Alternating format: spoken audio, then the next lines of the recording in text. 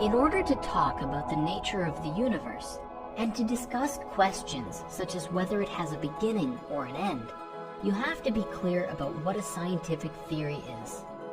I shall take the simple-minded view that a theory is just a model of the universe, or a restricted part of it, and a set of rules that relate quantities in the model to observations that we make. It exists only in our minds and does not have any other reality, whatever that might mean. A theory is a good theory if it satisfies two requirements. It must accurately describe a large class of observations on the basis of a model that contains only a few arbitrary elements, and it must make definite predictions about the results of future observations. When the late Professor Stephen Hawking wrote that, of course he is referring to a scientific theory which pertains to the laws of physics, chemistry, biology, or any other natural process of the universe. A historical theory, on the other hand, is defined as a concept with several uses. Often, researchers will provide a theory about historical events and connections, an orderly preconceived impression of the phenomenon to be studied. Used in this way, theory means the same as hypothesis. So what you are about to witness is just that, a historical theory, a hypothesis about the way in which human history may have unfolded. It's a theory about where we've come from, and even where we might go. This information does not just come unjustified and out of nowhere, but is based on countless hours of research, translation, interpretation, and discussion among historians, archaeologists, linguists, anthropologists, and even planetary scientists. We'll be referencing scientific articles and discoveries throughout this feature, which will be sourced on screen at the moment of the claim, with a little one of these. We've also put a link to all of our sources in the author comments, as well as in the end credits, just in case you missed them. As Professor Hawking wrote, this theory we are presenting ultimately exists entirely within our minds. What we do with this theory, with these ideas, the information, the story, is entirely up to each of us individually. Take it with a grain of Himalayan rock salt, or a dash of pepper if you prefer.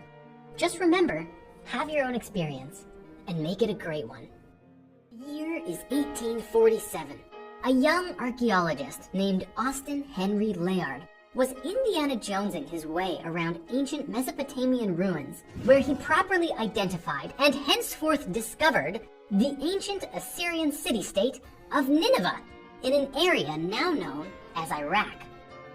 In an absolutely incredible discovery, he found 22,000 clay tablets hidden in the depths of the city. These tablets contained cuneiform, which today is one of, if not the earliest known writing systems known to man, created by the Sumerians 6,000 years ago. Over the years, more ancient historical cities were found and excavated. Many of the world's museums now count among their prize exhibits the ceremonial gates, winged bulls, chariots, tools, utensils, jewelry, statues, and other objects that have been dug out of the mounds that are Assyria and Babylon. But the true treasures of these kingdoms were their written records. Since the time of that discovery, we have believed that the first true civilization in all of humanity arose in Mesopotamian Sumer, located in present-day Iraq, around 6,000 years ago. This is now being challenged by the discovery of Göbekli Tepe, a far older site dating back nearly 11,000 years. However, this is a conversation we're going to save for a little later on. Now, Sumer translates to land of the civilized kings, and their culture exploded onto the scene virtually overnight, becoming the cradle of human civilization. Looking into the artifacts of Sumer is quite interesting, as they host a long list of archaeological firsts for the human race. Among these finds are the first schools, the first historians, the first methods of writing, the first library, the first doctors and pharmacopoeia, the first agriculture and farmer's almanac, the first musical notation, the first bicameral legislature, and the first taxes. The Sumerian legal code, also a first, included protection for divorced women, as well as price controls on foodstuffs and wagon rentals. We also see the invention of the wheel, the chariot, the sailboat, and the plow. They also invented our standard measurement of time. The concept of 60 seconds in a minute and 60 minutes in an hour and the 12 to 24-hour clock all started with the Sumerians. They also developed the first astronomical and astrological systems, the first maps and cartography, and the first mathematics. Oh, they also seemed to have invented beer, with archaeologists finding a 3,900-year-old Sumerian poem honoring Ninkasi, the goddess of brewing, which also contains the oldest surviving beer recipe. Ultimately, you put all of this together and you get the first urban civilization in history. The most significant discovery out of all of this, however, was finding that their religion and belief system influenced all of those that followed, where even today we find the Sumerian creation epic filtered through the ages and into the Old Testament, making the Sumerian legends appear to be the source code of many of the world's religions today. One example of this can be found with the epics of Gilgamesh, Ziusudra, and Atrahasis, each of them ancient poetic stories essentially describing the flood of the Old Testament, yet transcribed long before Noah was ever written down. The cuneiform tablets of Sumer contain inscriptions of a tremendous magnitude, encompassing cosmological tales, epic poems, histories of kings, temple records, commercial contracts, marriage and divorce records, astronomical tables, astrological forecasts, mathematical formulas, geographic lists, grammar and vocabulary school texts, and not least of all, texts dealing with the names, genealogies, epithets, deeds, powers, and duties of the gods. Now, it's important to know that if we're discussing these Sumerian records, the truth is, there's a lot of different writings and tellings available from a number of generations in time. You had the Sumerians, the original civilization, which then spread and developed into the Akkadians, the Assyrians, the Babylonians, and eventually the Chaldeans. These tablets that we're referencing were generally written between 2700 and 1600 BCE, and it appears many were translated down or cultural retellings from older stories. Among all of the tablets of Sumer that have been dug up, there are a wide number of variations and tellings of these ancient stories, which describe the mythological deities who created the world and the people who live upon it. It can actually be very confusing to learn about these deities because there are a number of contradictions between the tellings due to how many cultures adopted the stories and fit them to their needs. Ancient History Encyclopedia writes, all of these seeming contradictions stem from Mesopotamia's long history and the different cultures which adopted the Sumerian gods and made them their own with additions and alterations to their stories. Sometimes these changes expand upon or continue older stories, but often different scribes in various eras simply rewrote the tales to suit their purposes. Now, in our recently published book, The Book of Spirit, we spend some time discussing the variations of what these ancient cultures could have meant by their description of the gods. Generally, they're interpreted in one of several ways. The most socially acceptable interpretation today is generally that these gods are forces of nature or aspects of life, like night and day, birth and death, or the sun and the moon. Often, there are also specific times when the Sumerians reference planets or constellations, such as Jupiter or Mercury, or even the Pleiades, which, for the record, was one of the most significant and worshipped star clusters across all of Sumer. However, and generally the least accepted theory in modern academia, is that these gods represented actual physical beings called the Anunnaki, supposedly from the planet Nibiru, who were far more technologically advanced than we were, and who were involved in the creation of the human race.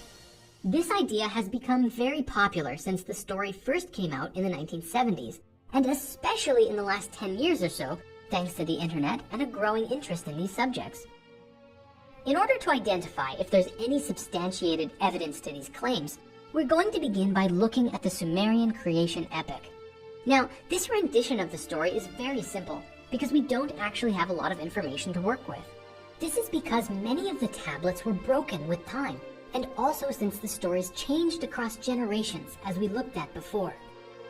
But with that said, let's have a look and see what we can discover about what the Sumerians believed regarding the creation of everything as interpreted and pieced together by various historians and scholars throughout history. The Sumerian creation epic begins with the primordial mother goddess named Namu, who many suggest represents the creative force behind the entire universe itself. She was the goddess Sea, who gives birth to the first actual gods. These are An and Ki, the sky and the earth, who are generally interpreted as being one being, Anki, though some interpretations describe that they began as two. At any rate, An and Ki, or Anki, gives birth to a child named Enlil, the god of the air. Enlil cleaves An and Ki in two, implying they were singular, separating the heavens and the earth. Finally, Namu and An create Enki, who is the god of water and also the god of wisdom, mischief, crafts, and creation. This pantheon then goes on to create a number of other gods and goddesses, such as Utu and Nana, the sun and moon god, and so on. And many of these created gods seem to describe different aspects of the world. While there are a number of parables involving interactions between these deities, a great deal of the Sumerian creation epic revolves around these three characters, An, Enlil, and Enki, who form sort of their own trinity in a sense. In this story, eventually Namu has an idea and speaks with Enki, having him create human beings to assist the gods in their work. And other, perhaps even more common tellings of the story, it was Enlil's idea, who told Namu about it, who then gave Enki the task.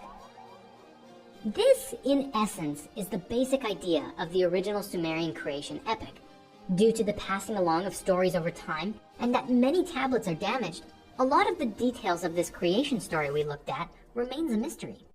Now, you might be thinking, gee, Patch, I'm not sure I see the parallel between what you just shared and the Bible. Are you sure that these are related?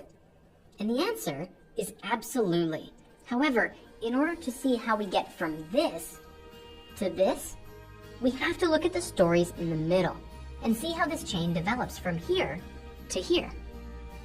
The middle of the story, between these two, is found in the Babylonian creation epic, of which a far more complete telling exists today. In this story, it relates Namu with the mother goddess named Tiamat, and Enlil with a being named Marduk. However, as you will soon see, there are significant differences in the way that these goddesses are portrayed in the literature. Things are about to get very interesting. The Babylonian epic of creation begins with the primordial god and goddess, Apsu and Tiamat. These two are described as the god of fresh water and the goddess of salt water, which is commonly interpreted to be not as physical water, but primordial substance in the early universe. However, Apsu is sometimes seen as the freshwater aquifers underneath Mesopotamia, and Tiamat being the saltwater sea. In the story, Apsu also has a vizier, whose name is Mumu. Together, Apsu and Tiamat mingle their waters, and they create two deities, Lamu and Lahamu. As they are growing, two more deities are created, Anshar and Kishar, who excel beyond the first two. Anshar and Kishar form Anu, who is quite powerful himself, who then begets Ea. Both Anu and Ea are the same beings as An and Enki from the previous story. All of these newly created children make a ton of noise and problems, surging back and forth and disturbing Tiamat's belly. Even Apsu believes their behavior is loathsome. Apsu declares that he's going to destroy these children and end their annoying ways. Tiamat says, "No, don't do that! Be patient with our children," and is very upset that Apsu wants to kill them. Mumu, on the other hand, is very supportive and encouraging of Apsu's plan. These children find out about Apsu's intent. With fear of imminent death, the children go to one of their own, the resourceful Ea, who performs some magic so that Apsu drops into an eternal sleep, subduing all of his power and effectively killing him. Ea then chains Mumu up as a prisoner and takes the throne of Apsu. He names his new king's chamber after Apsu, and it is here that he and his wife Damkina, who is often related with Ki from the original Sumerian story, give birth to a new god called Marduk. Marduk is a very interesting character, for it says that he was very manly, with remarkable divinity. It also says that he had 4 eyes and 4 ears, and that he breathed fire when he moved his lips. Howdy. Anu gives Marduk something called the 4 winds as well, and by the power of the 4 winds, a wave of intention is sent towards Tiamat to cause her upset and frustration. Soon after this, Tiamat is told by the gods that when her husband was slain, she did nothing, and now she too will be punished. The result of this is that Tiamat summons a small army of 11 monsters and dragons around her, who all had very curious names. There was Venomous Snake, the Big Weathered Beast, Exalted Serpent, Furious Snake, the Hairy One, Great Dragon, Mad Lion, Scorpion Man, Violent Storms, Fish Man, and Bull Man. In addition to these 11, there was also her consort Kingu, who becomes the lead general of her army. Tiamat gives him something called the Tablet of Destinies, which is an object that confers upon the bearer the supreme authority as the ruler of the universe. Kingu advises that she destroy her children, who seem to be clearly plotting against her. And in her sorrow for the loss of her husband and anger towards her children, she then becomes the antagonist in the story. In many interpretations of the tablets, Tiamat herself transforms into a great sea dragon. Ea speaks with Anshar and asks for advice, and Anshar basically says, Ea, you started it. You killed her husband and you made her really mad. Take responsibility for your actions. Talk to her. Try to help her calm down. Ea responds by explaining that he didn't feel like he had much of a choice because all of them would be destroyed otherwise, but he takes Anshar's advice. Ea then attempts to speak with Tiamat, but retreats quickly, for her strength is too mighty, and she is filled with dread, unable to hear Ea's plea. Anshar then sends Anu to do the same. Anu does what his father asks, but finds Tiamat's magic too much for him, and retreats as well. It is soon realized that only one person can save the day, and so Ea summons Marduk to his chambers, and asks him to go and see Anshar. When Marduk sees Anshar, Marduk understands what is needed of him, and agrees to put an end to Tiamat's rampage. But in exchange, he asks that he be named the King of the Gods when it is done. Anshar sends his vizier, whose name is Gaga, off to inform Lamu and Lahamu of this development, who summon a council of gods, and over beer and pastries they discuss and agree to Marduk's request. And so Marduk prepares for war. Marduk arms himself with a number of weapons, a net, a bow with some arrows, a club, and in addition to his 4 winds, also creates 3 more: the evil wind, the dust storm, and the tempest. He also brings with him the storm flood, his mightiest weapon, and he rode a chariot of irresistible storm, which were pulled by 4 steeds: the destroyer, the merciless, the trampler, and the fleet. As he approached Tiamat, Marduk observed Kingu and his shining tablet of destinies. As Marduk looked, his determination fell, and he faltered. Many of his divine aides who were marching at his side saw the warrior, and their vision went dim. How could they even stand a chance? Summoning his courage, Marduk hurls the storm flood at Tiamat and yells something to the effect of, "Tiamat, why are you aggressive and arrogant and strive to provoke battle? Against all of the gods you have stirred up and established trouble. Deploy your troops, secure your weapons. You and I will take our stand and do battle." When Tiamat heard this, she went insane. A great celestial battle commenced. When Marduk gets close enough to Tiamat, he first traps her in his net. Then, he shoots the evil wind at her face, who opens her mouth to swallow it, but she is unable to, and it holds her mouth open. He then shoots an arrow into her belly, which cuts through her insides and extinguishes her life. Marduk then binds up her small army, who are now cowering in fear, and retrieves the Tablet of Destinies from Kingu. Then he returns to Tiamat, and with his merciless club, crushes her head, and then cuts her in 2. Half of her body is used to create the earth, and the other half is used to create the heavens. Following this, Marduk is crowned the King of the Gods.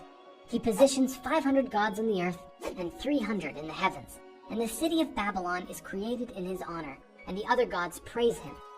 Marduk conceives a desire to accomplish clever things, and he announces that using divine blood, he will create a new being called man, who will continue the work of the gods so that they may all rest and be peaceful. Ea proposes that one of Tiamat's defeated warrior gods be used for the blood, and so Marduk asks the gods who caused Tiamat to rebel and instigate warfare. The gods respond that it was Kingu, and so they bring him forth, bound it up, and slay him. Kingu's blood is then mixed with clay from the earth, and with this mixture, Ea and his wife, the birth goddess, created humans. Ea doesn't want to make them exactly as the gods, but gives them many abilities and traits, but withholds immortality. On them, Marduk imposes labor, commanding that they serve the gods by their work in the fields and cities, and provide offerings and worship regularly. Our story comes to a grand finale, and ends with Marduk being given 50 names by which he can be worshipped, and reminding people that against Marduk, no one else can face him, for he is the supreme ruler of the universe. Now, the story we just looked at is written down in exceptional detail in a series of tablets called the Enuma Elish, of which several main translations are available online, for anyone out there who is curious to read them. The story begins in a very similar way to the Sumerian edition that we discussed prior, with Namu. However, the Enuma Elish expands upon it further, taking the story into one of a terrifying battle and the rise of a new, very strong masculine power. Throughout history, this story gained prominence in Babylon, and as we heard in the story itself, is used to explain how Babylon came to be. Eventually, this story even influenced the creation of the Bible. Now, you might be thinking, hold up, there is no way that there's this epic battle in the Bible. However, in Psalm 74, in the midst of God ordering the sea and the dry land, establishing the sun, the moon, the stars, and the seasons, he's also destroying sea monsters. Yet God, my king, is from old, working salvation in the midst of the earth. You divided the sea by your might. You broke the heads of the sea monsters on the waters. You crushed the heads of the Leviathan, and you gave him as food for the creatures of the wilderness. Ta-da! Sure enough, fighting sea dragons, right there in the Bible. We can also see a rather curious correlation to the Bible by the fact that Marduk is given 50 holy names, many of which follow a similar naming convention by the names of God found in the Bible. For example, where in Hebrew it goes Yahweh, and then Yahweh Jireh, Yahweh Rapha, Yahweh Nisi, and so on, Marduk's 50 names also give him a title, and then continue to expand upon it several times before repeating this pattern with another title, such as Tutu, Tutu Ziokina, Tutu Ziku, Tutu Agaku, and so on. Ultimately, the question remains, what does it all mean, and what does it have to do with us? Why do we care? Now, previously we looked at the various possible interpretations of the title gods as either planets, people, or forces of nature. When looking into the ancient Sumerian and Babylonian records, the honest truth is that today, we don't really understand exactly what they were referring to, although there are some popular theories about it. To most in the academic world, this story is an allegory for the formation of the universe from the primordial substance of creation. It is seen as a triumph of order over chaos and light over darkness. It has been observed as a parable of the rise of Babylon and Babylonian culture over the older Sumerian model of civilization. Further, this tale can be understood as an illustration of the concept of life as perpetual change.